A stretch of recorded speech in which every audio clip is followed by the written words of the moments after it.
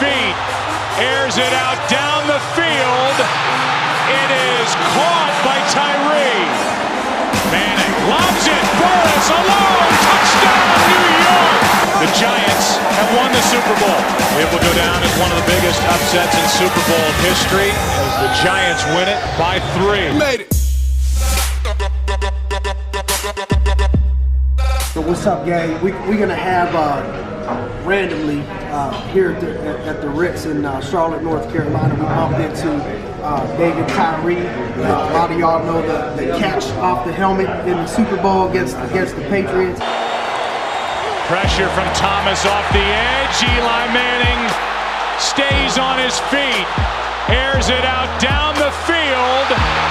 It is caught by Tyree. And so it's just, I feel like it was led to happen because as I'm looking him up, I see he played with my cousin Walter.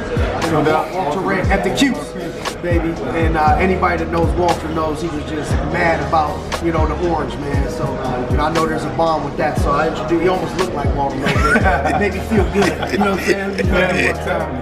And so I was asking him, and you know, people see that one catch. Just slings it. That's a great catch by David Tyree. And now with 59 seconds left, the Giants needing a touchdown. The ball is at the New England 24. Pressing it against his helmet as he goes to the ground and not dropping it is David Tyree. But all the things that maybe happen in your life to even put you in a position to be on the field and to make the team, and, you know, because this cats that come in the first, second round, they don't always make it. This cats that like come in the second round and they end up being our sixth round in Hall of Famers. So, you know, what kind of leads up to that moment, you know, if you have to transfer sports or business, any advice you got for people? Yeah, absolutely. And the short answer right now for me and my experience was all about faith. And, you know, as I consider coming into even to the 2007 season, that was the year we got a chance to win that championship. Backs was against the wall.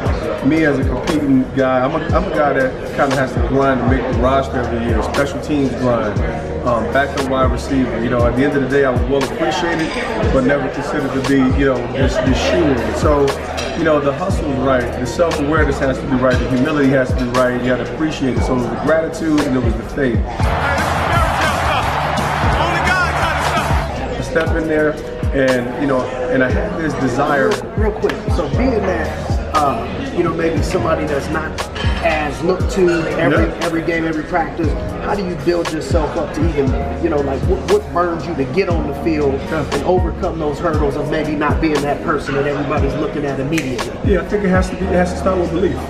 And like I said, so for me, it's always, you know, faith is not just faith. Faith starts with belief, but it's not. But belief doesn't 100% equal faith. So it started with, you know what, I have to quantify this belief that I can do this, but I believe that I'm the best. So you have to believe that you're the best. If you don't believe that you're well equipped to be on that field, then it's never going to genuinely transfer. And I'm talking about you have to genuinely believe it, not just say it. That's a part of it, but you have to believe it. So it starts with the belief that I can get this job done.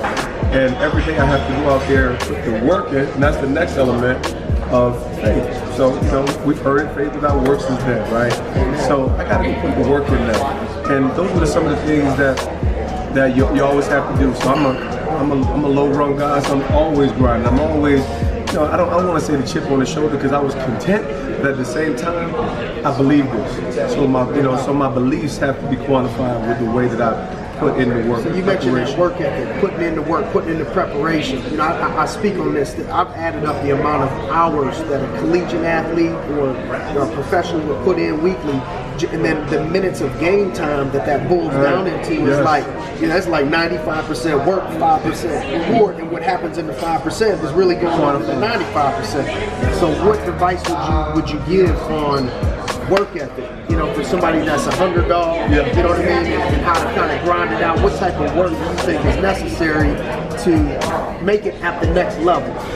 You know, to make it at the next level, obviously you got to have some of the tangibles. You actually genuinely have to have the skills, but you have to be willing to do what others. You know, and this is what I say: once you get to the level where we talk about the highest level of professionalism, it's not just how hard you work; it's what are you willing to sacrifice. And at the end of the day, that's really where it becomes. And according to what your core values and beliefs, that might change for everybody. And that's why some fade off into the sunset, and they could be okay with it. They might not be okay with it. And that means you just wasn't willing to sacrifice. So it no longer becomes an issue of how hard you work. It's what are you willing to sacrifice? What are you willing to give up to get there? It's always that. Give up to go. That's the trade-off. And so I don't take that lightly because, honestly, when it came to my experience on a football game, there were on the football field. I think that's what the spiritual dynamic, the faith element of my life really came into play. It was my trust and belief in God that He was who He said He was in my life that really propelled some opportunities that I couldn't have done it myself. You catching the football, I blow balls. Like this, you gotta enter yourself around for the impossible in life altogether. And I think that's the third element that comprises faith. You got faith, you got belief, you got works, and then you got endurance. If you're not willing to endure to see the promise to the end, then you're not going to see it. That's the bottom line. You have to endure. You have to see it through. And too many people quit along the way. Obstacles, endure pain, endure the hardship, endure disappointment. And so, for me, that catch wasn't just, there was in that 1 year alone, there was an injury at the beginning of the season where I missed two weeks in the game. There was my mom passed away in December, where had to bury my mom as we go into. There was all kinds of things that had to be endured, even though I knew God was going to do something great in my life. So I had to endure. I had to believe. I had to put the work in. I had to prepare. And it's not myself. Most people would have gave up mentally after all of that. Potentially, right? Injuries, losing your mother. I know people that lose their girlfriend. Yeah. It's like, it's over. It's over. Mentally. It's over. And they're real blows. So it's not to minimize it, but it's what are you steadfast? What are you believing? And the endurance is really what brings that faith element together until you see it through to the end. I think that's what you have when you have a God moment. You have to consider all three elements to see something that appears to be impossible come to fruition. Man, straight fire. Thank you, man. Do that. I appreciate you. This man, I didn't know him from Adam. And I know people that have a lot less notoriety and success that stick their nose up a lot more. And this man was like, yeah, let's get it. Let's do this. As long as we don't mind, I got the time, like let's make it happen. Love is love. I appreciate the humility, man. Yeah. And you deserve, I can just feel your spirit that moment and all the things that you've accomplished is you just getting started. You're gonna help a lot of people, man. You're gonna change a lot of people's lives. I believe you've been blessed for a reason. Yeah. And I know you're gonna use that gift and that tool to change and impact a lot of people's lives. A lot like I tell Maurice, the exact same thing. Man. So, absolutely. Thank you, brother. Love. I appreciate you, man. Grace and peace, brother. Go Cuse. Love.